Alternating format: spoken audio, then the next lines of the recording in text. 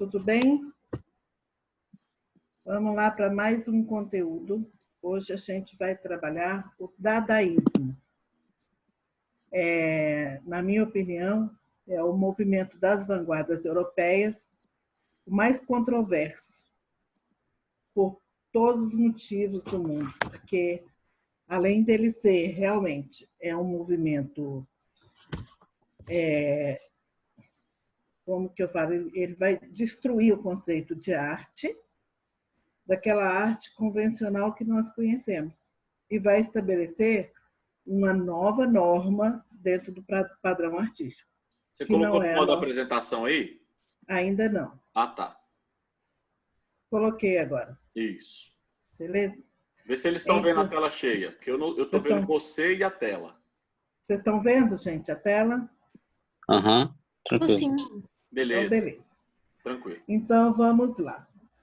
Na verdade, o contexto do dadaísmo ele surge a partir da Primeira Guerra Mundial.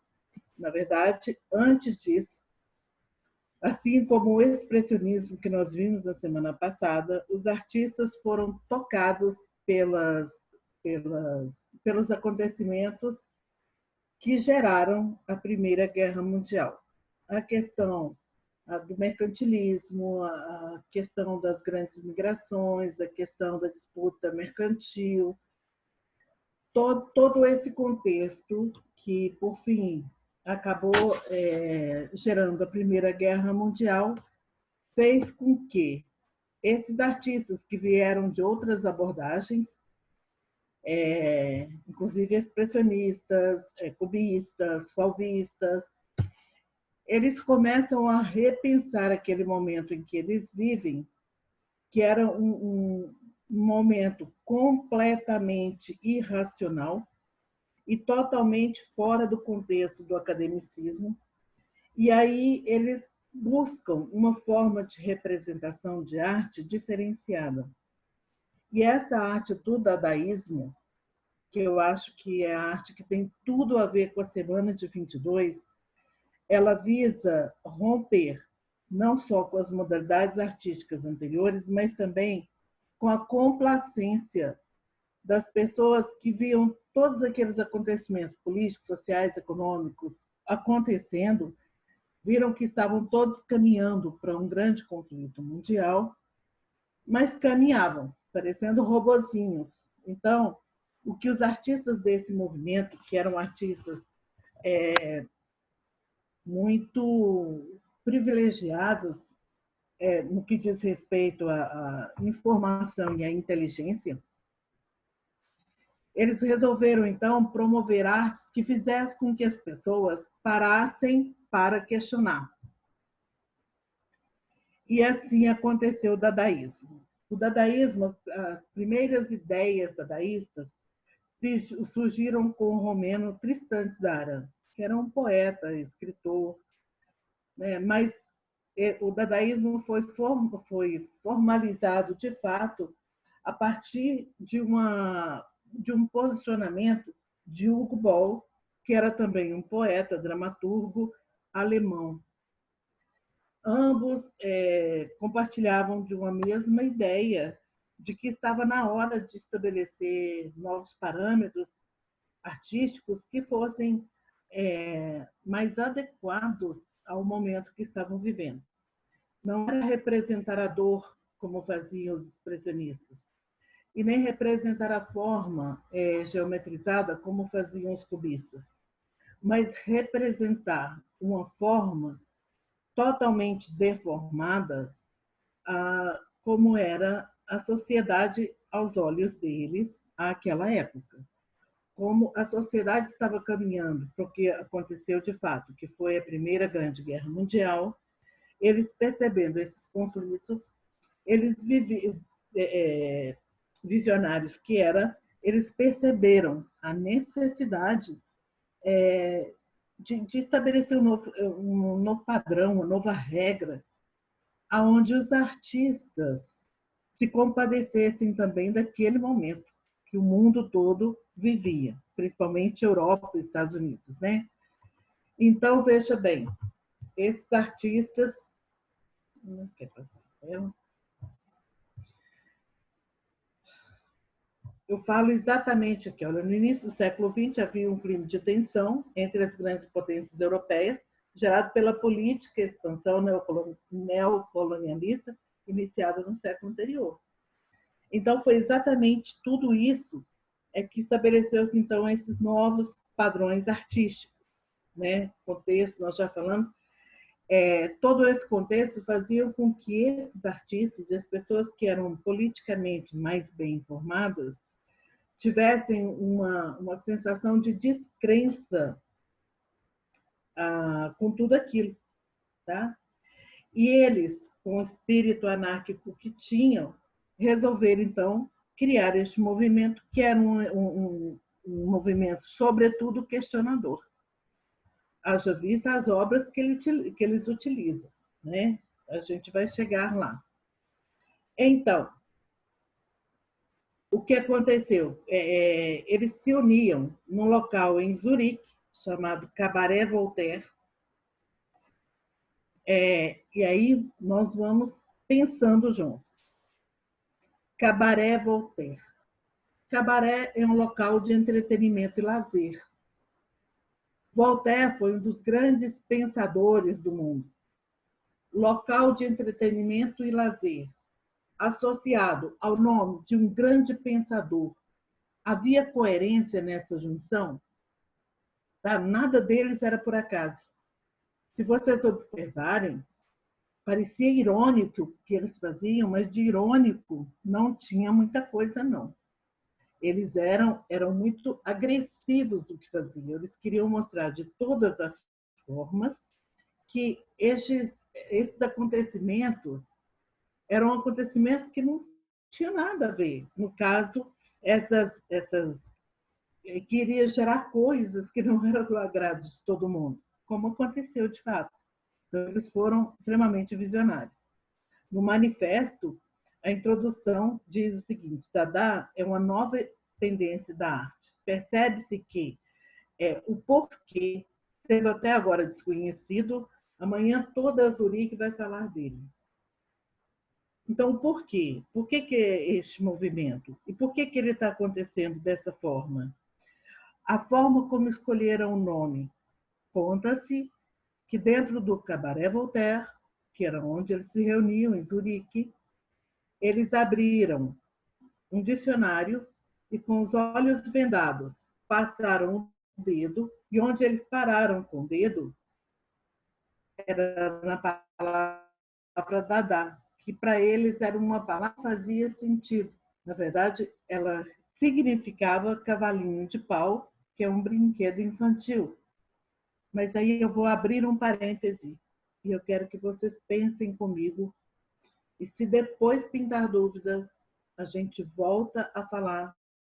Se pintar dúvida agora, a gente vai esclarecer ao máximo isso. Então, veja bem, a palavra Dada não é uma repetição silábica? Dada, eu estou fazendo uma repetição silábica. A repetição silábica tem tudo a ver com o que fazem as indústrias, que é repetição de projeto. Dá, dá, dá, dá, dá, dá. É uma repetição de projeto. E a Primeira Guerra Mundial, eu posso dizer que ela teve a sua gênese, o seu princípio, motivado pelas questões que foram geradas pela industrialização, que é a questão mercantil, a questão territorial, e por aí vai. As questões políticas que foram geradas pela industrialização. Então, tudo isso aconteceu mediante a industrialização. O dadaísmo, Dada, cavalinho de pau, que é uma palavra que não tem nada a ver com esse contexto, teoricamente falando, mas o ismo, né, que é o que caracterizava os movimentos artísticos daquela época, então ficou chamando assim dadaísmo a este movimento. Não está indo assim.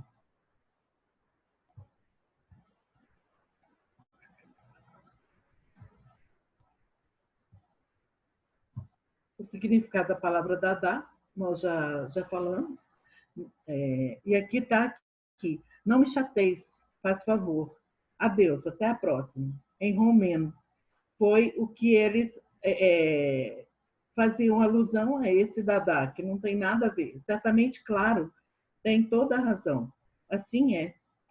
Sim, senhor, realmente, já tratamos disso. Vocês vejam que não tem nexo esse parágrafo? É porque eles também viam sem nexo os acontecimentos. Tá? Então, eles passam a ser politizados, mas de maneira agressiva. E com uma ironia sarcástica. Né? Então, eles usavam dessa maldade sarcástica para representar o que eles percebiam. Nessa definição, apenas uma palavra, e uma palavra com movimento. Dada. Ao fazer dela uma tendência da arte, é claro que vamos arranjar complicações. Psicologia Dada, literatura Dada, burguesia Dada, e vós, excelentíssimo poeta, que sempre poetastes com palavras, mas nunca a palavra propriamente dita, Guerra Mundial Dada, que nunca mais acaba, Revolução Dada, que nunca mais começa. Então, eles usam a palavra Dada também como uma forma de transmitir tudo aquilo que eles sentem, que é uma descrença total, né? Um desânimo, uma descrença, uma falta de perspectiva, enfim. Alguma pergunta até aí? Vocês devem ter visto na literatura sobre o poema dadaísta, que é o poema aleatório. O dadaísmo, ele trata as coisas, que é o seguinte, elas fazem sentido apesar de serem aleatórias. Como assim? No poema Dada, cada pessoa escolhe uma palavra numa revista, num jornal, e depois, sem pensar se vai ter conexão ou não, elas vão colando aquelas palavras. Este é o poema Dada. E é incrível que, por muitas vezes, quando você olha o poema, ele tem um significado. Então, o aleatório para eles vai culminar em simbologias, ainda que sejam simbologias casuais. Tá certo? O Hugo Boll, que eu já falei para vocês, né? O alemão, ele vai aqui, faz aqui tipo uma representação, uma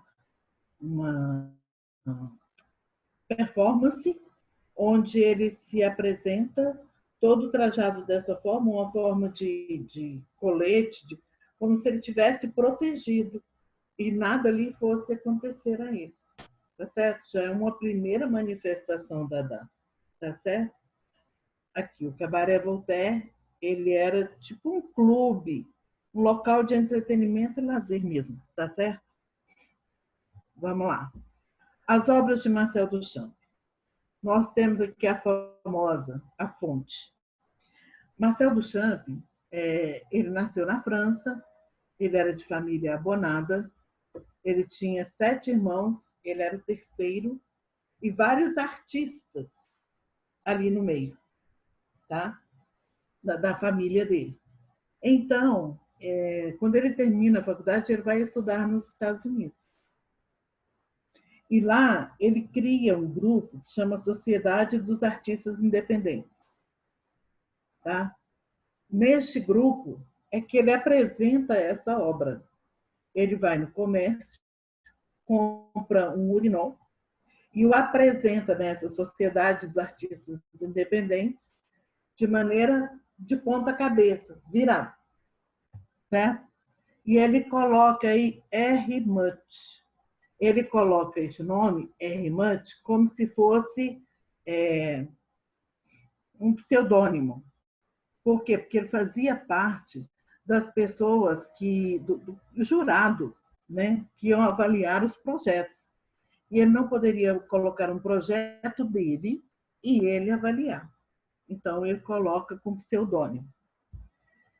Mutt era o nome de um desenho animado que existia à época. O R, eu não me lembro qual o significado, mas Mutt era um desenho animado que existia naquela época. O trabalho dele foi o único que foi recusado, tá certo? Mas ele, atrevido que era, propõe que esse trabalho fosse... Depois o trabalho foi aceito, tá? Mas, atrevido que ele era, ele propõe que esse trabalho faça parte de uma mega exposição que iria acontecer no Museu do Louvre, em Paris, que é um museu mega tradicional, né? E ele, quando você se inscreve para fazer uma exposição de arte, para participar de uma exposição de arte, você escreve as características do seu trabalho. E ele escreveu o título, A Fonte, e encheu de lorota, entre aspas, aí, enaltecendo o seu trabalho. Então, o que todo mundo esperava é que fosse uma fonte luminosa, com música, enfim, algo muito bonito para se colocar na abertura de uma exposição. Pois bem, então ele vai lá, monta, a exposição dele tinha muita coisa para montar, né? Era pregar o urinol, uma tábua de madeira e tampar com um pano preto. Na hora que eles foram puxar esse pano preto e que apareceu o urinol, ele estava lá. Mas lembrem-se, o nome que estava escrito não era o dele. Era de um codinome. Era um codinome. Beleza? E aí causou ira, causou indignação, causou raiva. E as pessoas começaram a debater, começaram a criticar, começaram a agredir a pessoa que havia feito aquela obra. E era exatamente isso que ele queria. Ele queria tirar as pessoas dessa aceitação aos acontecimentos políticos, sociais daquela época, queria que as pessoas tomassem uma atitude. Se ele tivesse colocado uma fonte convencional, ele seria aplaudido, certo? O propósito dele não era aplauso, era exatamente tirar o povo que estava sentadinho, quieto, sabe, sem tomar atitude, que fizesse com que eles agissem.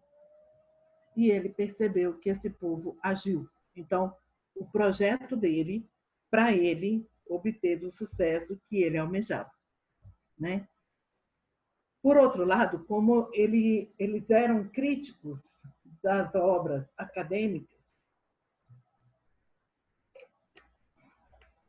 eis aqui a obra LHAOOQ. Vocês vão me desculpar que eu vou ter que falar palavrão aqui, mas não sou eu que estou falando. É o nome da obra. É A Mulher do Rabo Quente. LHOQ significa essa palavra em francês aí que eu não sei pronunciar, mas que em português seria A Mulher do Rabo Quente. Tá certo? Sabemos que Mona Lisa foi uma dama da mais alta sociedade italiana, é de família tradicional, esposa de um rico mecena, né, que era me fugiu o nome aqui, mas eu já lembro e falo com vocês, e que contratou o Leonardo da Vinci para fazer um retrato da sua esposa. A forma, a pose em que ela está, é uma pose elegante, sofisticada, né? E os enigmas, né, no olhar dela, da Mona Lisa tradicional, tá? O olhar, o sorriso, esses enigmas eram para mostrar que uma mulher da alta sociedade, ela não fica se mostrando por aí, ela realmente gera enigma, tá? E o Marcel Duchamp vem, ironicamente, e coloca aqui, nessa mulher, o bigodinho que eu lembro do Salvador Dalí e uma barbicha. pinta o cabelo dessa Mona Lisa de ruivo. A imagem aqui não está favorecendo muito, mas o cabelo pintado de ruivo está ligado àquela época as mulheres não pintavam os cabelos. Então, quem pintava o cabelo naquela época eram mulheres de vida fácil. Então, ele vulgariza aquilo que é clássico. Porque o que ele quer é o que é popular. Esse urinol e a Mona Lisa é um ready-made. O que é ready-made? É objeto pronto. É aquilo que está pronto para uso. Ele foi lá numa loja de material de construção, comprou um mictório e colocou ele de ponta cabeça. O mictório ele foi construído em escala industrial. Ele está diretamente relacionado com as questões da indústria. Certo? E aqui na Mona Lisa, uma Mona Lisa de bigode, a Mona Lisa já existia. Na Mona Lisa tradicional, a água aqui, que jorra para o lado de cá, tem um intuito de mostrar um ambiente enigmático, bonito. Essa aqui, a água está correndo para cá e tem até um caminhozinho aqui. Como se essa água estivesse lavando os malfeitos da sociedade da época. Então, esta obra ela é uma obra que vale a pena a gente estudar. Ela é extremamente crítica. E nós vivemos um momento mundial onde as políticas são muito questionadas. No Brasil, nos Estados Unidos, por aí vai, na França, né? na Alemanha, a Inglaterra, saindo do como é que chama lá? Do grupo europeu, né? Então, tudo isso são coisas que são questionáveis. A essa época aqui, 1916, o que acontecia em 1917, o que acontecia eram os episódios que culminaram na Primeira Guerra Mundial. Perguntas, gente? Eu estou falando muito sozinha. Alguém tem pergunta? Algum questionamento? Eu não, professora. Está indo bem? Estão entendendo? Tá tranquilo. Então, beleza. Então, vamos lá. Eu não sei por que não está passando. Então, daqui para frente, eu já tenho algumas questões de vestibular. Essas obras caem muito em vestibulares, seja ele Enem, seja ele vestibular tradicional, seja aqui de Brasília, vestibular de Goiânia, de qualquer lugar. O dadaísmo é um movimento que sempre caiu. Tá? Então, aqui eu já tenho questões sobre a transformação de um urinol em obra de arte, apresentou, entre outras coisas. Aí a gente vai complementar. A alteração do sentido do objeto. Só um minutinho, gente, porque aqui não foi.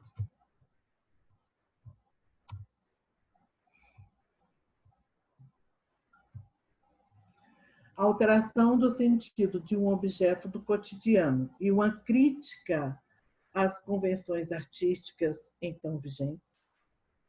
A crítica à vulgarização da arte e a ironia diante das vanguardas artísticas do final do século XIX. O esforço de tirar a arte dos espaços públicos e a insistência de que ela só poderia ou podia existir na intimidade. A vontade de expulsar os visitantes dos museus, associando a arte a situações constrangedoras. O fim da verdadeira arte, do conceito de beleza e importância social da produção artística.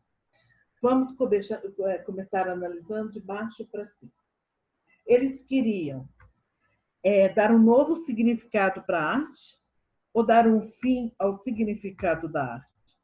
Eles não queriam criar um novo significado, uma nova ação dos artistas?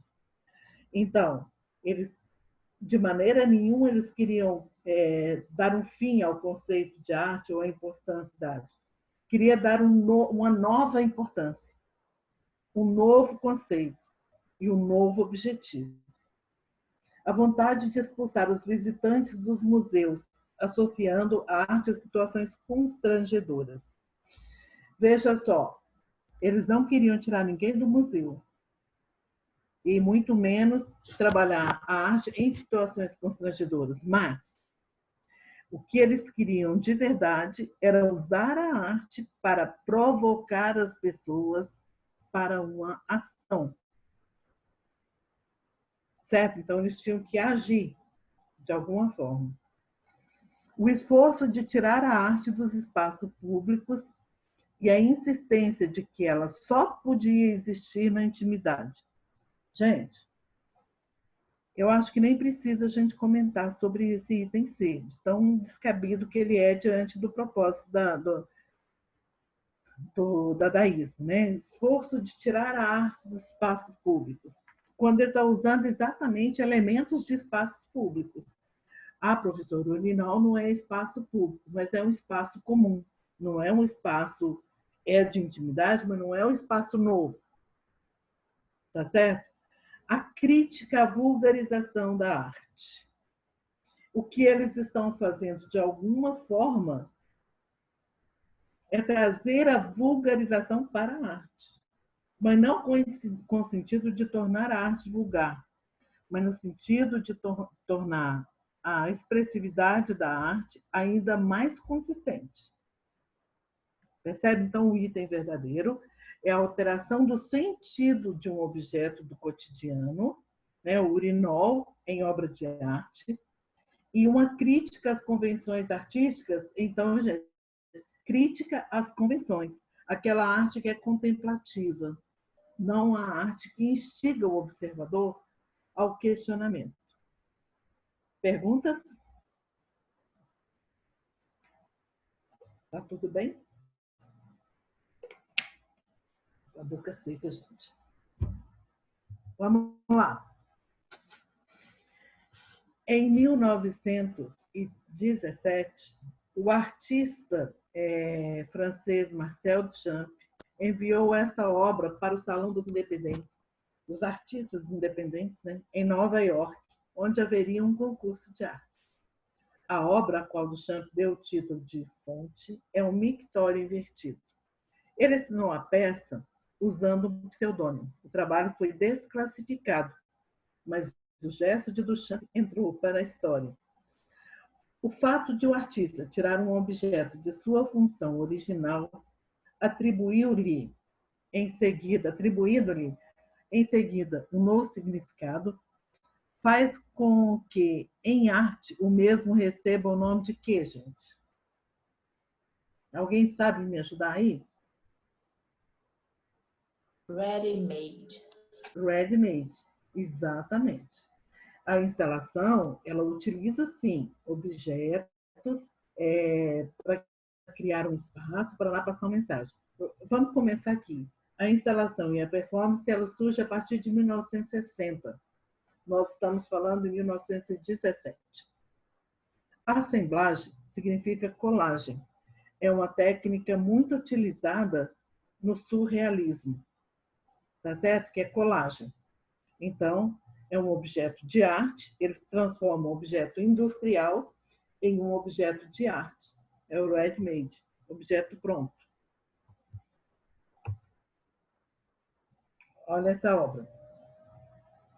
A roda de bicicleta. Eu vi um documentário, eu tive alguns privilégios na minha vida, e um deles, só dividindo com vocês, foi de participar de um mega encontro que teve no Rio de Janeiro, onde tinha o maior especialista em dadaísmo do mundo, a pessoa que mais sabia de dadaísmo no mundo.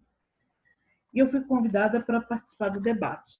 Lógico que a professora que vos fala, eu cheguei lá, entrei calada e saí muda, que eu queria só ouvir, eu queria aprender, né? Então, falando dessa obra, falou que ele foi organizar as coisas na casa dele e que achou esse banco e essa roda de bicicleta e colocou em cima. Foi aí que nasceu o ready-made, porque ele atribuiu novos significados aos objetos que ele tinha em casa. Então, o banquinho, nós todos sabemos a função, assim como na roda da bicicleta, mas coloco ali, atribuo simbologias diferenciadas. Quando eu sento no banquinho, eu estou ficando estática, certo? Quando eu sento, eu estou parando. Eu não posso sentar e continuar andando sentado num banquinho. Quando ele bota a roda da bicicleta é o que dá movimento na bicicleta. Então, a contradição de simbologias aí é o que ele via, tá? Então, vamos lá. Ao ser questionado sobre seu processo de criação de ready-made, Marcel Duchamp afirmou: isso dependia do objeto. Em geral, era preciso tomar cuidado com seu look. É muito difícil escolher um objeto porque depois de 15 dias você começa a gostar dele ou a detestá-lo. É preciso chegar a qualquer coisa com uma diferença tal que você não tenha nenhuma emoção estética. Olha o que ele está pregando. Eu não quero emoção estética. A estética não me vale senão para provocar os outros, não para emocionar. A escolha do ready-made é sempre baseada na indiferença visual e, ao mesmo tempo, numa ausência total de bom ou mau gosto.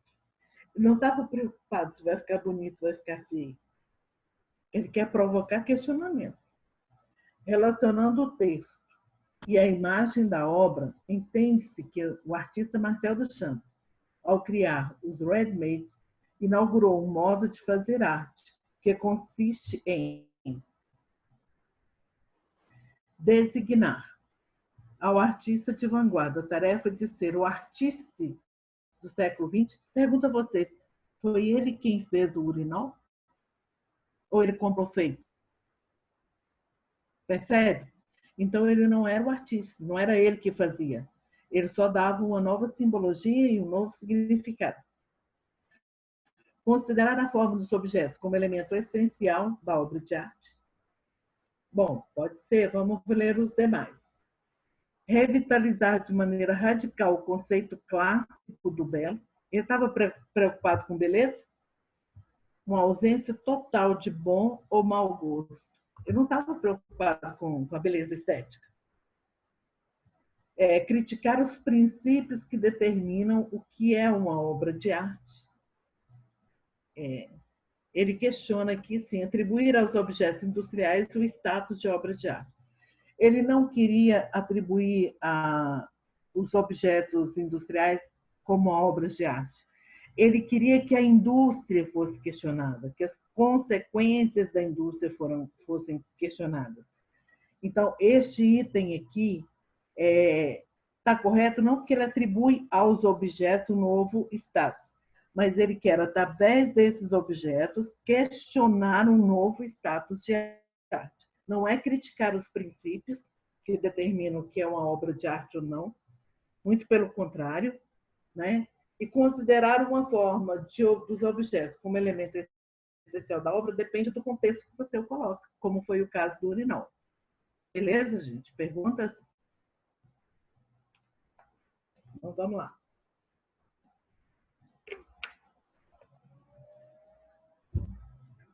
Na hora que der hora, vocês me avisam, porque eu estou desembestada aqui. Eu tenho duas obras que eu amo de paixão para trabalhar. O urinol, né, que nós já falamos dele, e a caixa com as garrafinhas da Coca-Cola do Andy Warhol. Então, vamos lá. O Andy Warhol, ele é um artista contemporâneo, pós-modernista, né? Ele é um artista norte-americano e ele tem um quê de dadaísta. Ele é um neo-dadaísta. Ele trabalha também com a concepção de ready-made. Tá certo? Por quê? Porque ele reconhece a importância da indústria, mas ele critica a subserviência que todos nós temos em relação ao produto industrializado. Então, assim, quando ele coloca o produto industrializado num patamar de obra de arte, ele critica com isso o posicionamento que nós temos eu vou falar numa linguagem bem clara para todos nós. O apego que a gente tem às grifes famosas. Ah, esse meu celular aqui, o celular aqui é da... O meu não é, viu, gente? Esse celular é da Apple. É o melhor celular que existe. Meu computador é da Apple. Quando a gente, por trás da Apple, existe tantas coisas, inclusive uma escravidão terrível, né? Que todo mundo sabe. Então, Marcel Duchamp e Andy Warhol, eles querem coisas distintas, mas usam o mesmo meio. Marcel Duchamp quer que as pessoas parem para pensar nas consequências que estavam tomando, as disputas mercantis, disputas políticas, disputas territoriais, que foi o que aconteceu na Primeira Guerra Mundial. O Andy Warhol, ele quer que a gente pare para pensar que não é o produto que tem a maior importância, é o processo criativo, é a arte, tá certo? Então, a primeira reproduz a obra de arte à fonte, apresentada por Marcel Duchamp no Salão de Sociedade nova-iorquino de artistas independentes. A segunda reproduz Garrafas de Coca Prateadas, de Andy Warhol. As afirmativas a seguir descrevem corretamente o sentido inovador das obras dos dois artistas, à exceção de uma afirmativa, assinale-a. Duchamp e Warhol questionam a irreprodutibilidade atribuída à obra de arte em relação à multiplicidade dos outros objetos com os quais convivemos no cotidiano. Bom, eles questionam o fato da obra de arte não poder ser reproduzida várias vezes, sendo que o primeiro viés para uma obra ser obra de arte é exatamente o fato dela ser única e ser inovadora. Então, esse item é errado. Warhol e Duchamp têm em comum o ready-made, objetos dos cotidianos dos espectadores, que os artistas dispõem em um modo novo para os fruidores. Pode ter algum fundo de verdade nisso aí, vamos ver se tem outro questionamento aqui, tá? Dá licença só um minutinho, gente. Só tem uma obra que não está correta, então o item B também é correto. Os dois artistas colocam em xeque o papel das instituições e da crítica na definição dos atributos que tornam um objeto uma obra de arte. Olha só, será que eles colocam realmente? Vamos discutir o que é arte, quais os rumos que a arte está tomando? Corretamente. Warhol e Duchamp inovam ao fabricar similares aos encontrados na vida cotidiana, escolhidos pelos artistas por suas qualidades estéticas. Tanto Duchamp quanto o Andy Warhol, eles estão preocupados, eles fabricam os objetos, eles estão preocupados com a estética. Nós acabamos de ver aqui, uma ausência total. Ele não está preocupado com isso, né? Com a ausência total de bom ou mau gosto. Ele não está preocupado com isso. Então, o item que complementa lá, a exceção é o item D. O item E. O conceito de ready-made e a problematização do gesto do artista, concebido como colecionador dos objetos de arte, são características de uma arte conceitual presentes em ambos artistas. O que é uma arte conceitual? É aquela que não vale pela estética, ela vale pelo conceito. Qual o conceito que ela passa para a gente? Esteticamente, ela não vale nada. Lembra, no primeiro dia de aula, se não me engano, eu falei para vocês de um cara que defecou numa chapa de acetato. Vocês lembram disso? Eu falei para vocês? Alguém pode me responder, por favor? Oiê. Lembro não. Lembro não. Lembra, não? Um cara chamado Arthur Barrio, ele veio ao Brasil na época do impeachment do Collor. Ele pega uma chapa de acetato e essa chapa de acetato, ele defeca sobre ela várias vezes. Deixa secar e pinta de preto e vermelho. Alguém aqui, que está aqui nesse chat comigo, compraria uma obra de arte dessa para botar na sala da casa? Misericruz. Misericruz, né? Não. Pois é. E essa é uma obra de arte que foi valorizadíssima pelo mundo, não a obra em si, mas o conceito em que ela trouxe. Por quê? Quando nós almoçamos, a gente almoça, come tudo que a gente está com vontade ali naquele momento, o nosso organismo, ele aproveita todas as proteínas daquele alimento e expele aquilo que não serve mais. É este o processo ou não é, gente? Tá certo? É este o processo. Então, o que o artista quis? Um presidente da República. Ele é escolhido pelo voto popular no Brasil. Nós vivemos uma democracia. Então, ele é eleito, escolhido pela maioria. Ele vai lá e faz. Ninguém faz só coisa ruim. Ele fez um monte de coisa boa. Mas quando ele começou fazendo coisas que o povo não concordava, o povo mobilizou e tirou ele de lá. É igual ao nosso organismo. Aproveitou o que dava para aproveitar e quando não deu, expeliu. Isso é conceito. A obra do Andy Warhol, que é a caixa de Coca-Cola, todas iguaizinhas, está aqui. Qual o conceito que traz para a gente? Qual é o campo que a indústria está ganhando?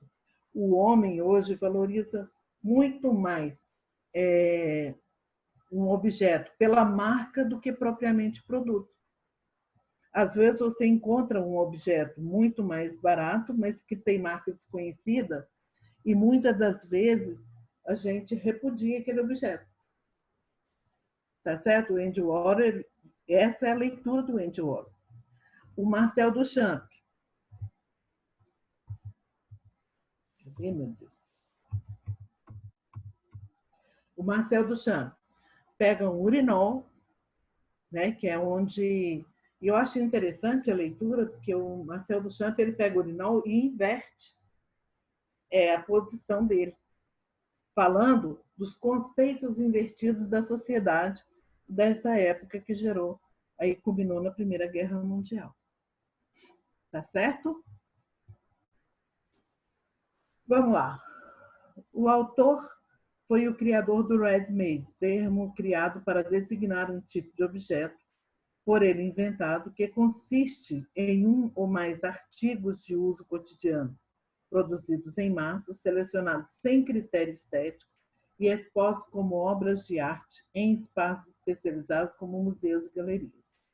Ao transformar qualquer objeto em obra de arte, o artista realiza uma crítica radical ao sistema da arte. Não só ao sistema da arte, tá, gente? Mas que ele faz uma crítica ao sistema da arte, ele faz.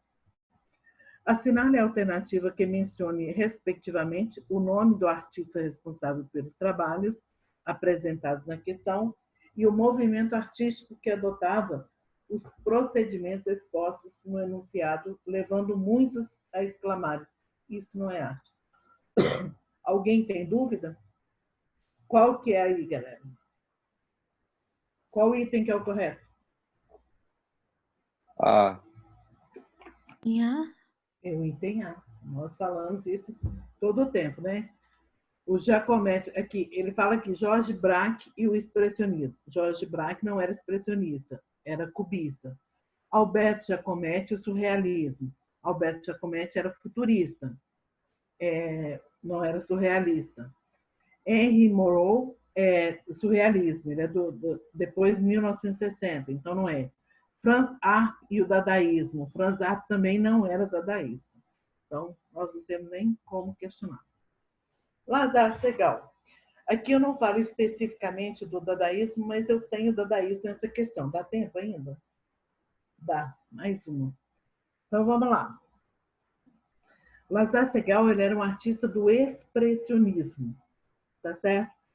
Ele era lituano e ele veio para o Brasil com como é que chama? Com as comitivas que vieram, europeias que vieram para o Brasil, ele veio junto com... Quando que foi, gente? No início do século passado. Ele vem com a comitiva para o Brasil, aqui ele faz exposições, eu comentei com vocês quando falamos do expressionismo. Foi a primeira exposição de arte moderna no Brasil, foi do Lazar Segal. Aqui a obra dele é O Navio de Imigrantes, de 1939 a 1941. Óleo com areia sobre tela.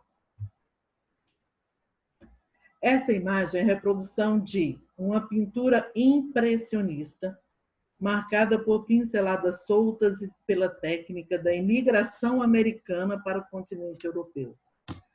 Era uma técnica expressionista, não impressionista. O impressionismo jamais faria uma obra nesse estilo. O impressionismo representa os efeitos da luz solar sobre os objetos no momento exato da observação, né? E ele representa a imigração europeia para o Brasil. O mosaico cubista. Mosaico é a justa posição de peças.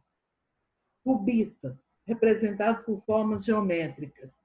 Eu tenho aqui nos personagens formas geométricas. Eu vou ter aqui algumas formas geométricas, mas não é de característica cubista. O cubismo não tinha forma geométrica perfeita, tinha geometrização da forma.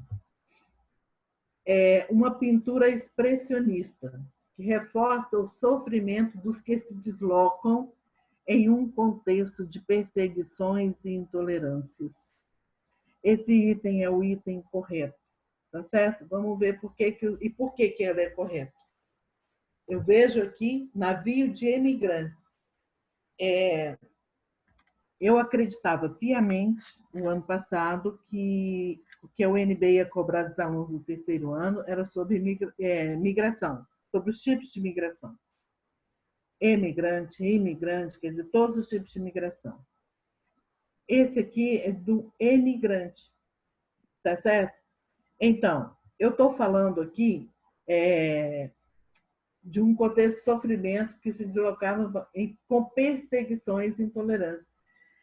Quem é emigrante, normalmente ele emigra sem o desejo de mudar. Ele não queria sair de onde ele estava, mas ele é conduzido lá para preservar sua integridade, enfim, da família e por aí vai. A obra, letra D, um painel surrealista que procurava destacar o subconsciente atormentado daqueles que deixavam seus locais. Um painel surrealista não é uma obra que é um óleo sobre tela. Um painel seria de gigante tamanho e proporção. E aqui eu falo do sofrimento, mas eu falo do sofrimento, aqui está físico, né? O sofrimento físico, não só o emocional. Uma pintura futurista. No futurismo eu represento a tecnologia, velocidade e movimento, o que eu não vejo aqui nesta obra. Alguma pergunta a mais? Gente, nosso tempinho terminou. Bem, não. Tá tudo bem? Vocês entenderam direitinho? Tudo certinho. Se tiver pergunta, vamos combinar o seguinte. Vocês anotam a pergunta e tragam para a próxima aula. Combinado? Combinado.